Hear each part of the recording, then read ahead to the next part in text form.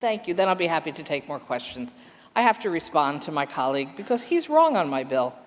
The fact is, it is affecting New Yorkers. The fact is, it's a very carefully sculpted bill that is supported by the vast majority of people in the financial industry that have worked on these cases, because I worked with them and changed this bill. In fact, the New York City Partnership says they have no objection to this bill. It's enacted to deter wasteful, disruptive litigation in the courts of New York State brought by investors seeking to game the sovereign crisis resolution process for their own personal profit. And as such, this bill supports orderly debt markets and thereby protects New York's status as the favored jurisdiction for sovereign debt issuance and investment. The failure of us to move a bill like this has resulted in intensive, disruptive litigation against multiple countries, including Peru and Argentina, that have dragged through our courts, costing us and costing bondholders an enormous amount of money. The Argentina holdout creditor litigation included almost 300 separate lawsuits, 35 appeals, over 150 hearings, and absorbed the work of judges for over a decade.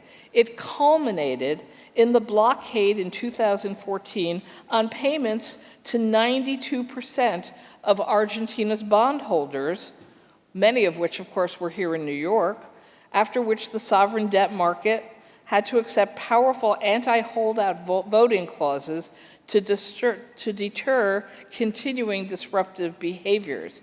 This bill complements the decisions that were made then, but the bill is required because these behaviors do continue by a very small number of investment companies. So the Champerty provision does protect New Yorkers, New York investors, and secures our continued reputation as being the place in the world where these kinds of decisions and court cases can be held up as examples of how you do things.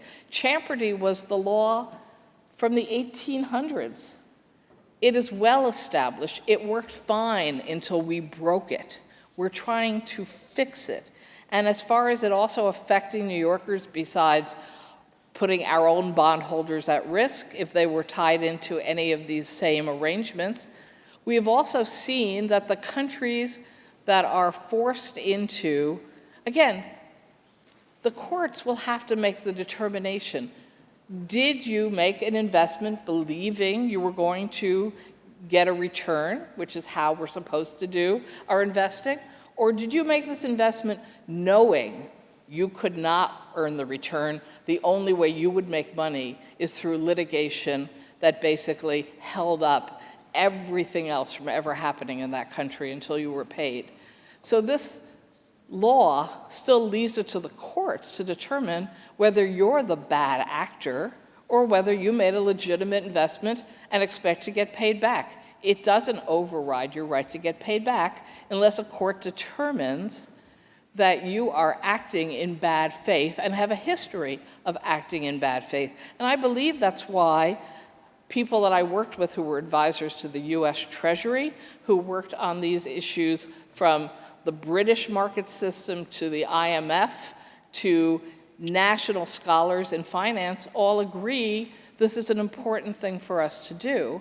It's not going to harm New Yorkers. It's going to help protect New Yorkers. But you know who else it's going to help? And it's true. They're not New Yorkers. It's people in other countries around the world who have been exploited by this arrangement and has resulted in countries having to change the value of their currency, resulting in increased poverty, lower economic success in their own countries. And guess what? Migration to other countries to get away from the countries who are facing these problems, and often coming here. So there are people who think migration to New York is a great thing and helps to make us stronger and more diverse. And there are people who are concerned about mass migration from various parts of the world to New York. And much of that migration is actually driven by bad economic storylines at home and people coming here seeking a better life. And yet they would prefer to stay in their home country if they could, but because of actions like this by some mega US investors at the level of billions and billions of dollars, they find themselves having nowhere to go for work or for any standard of living, and so they come here.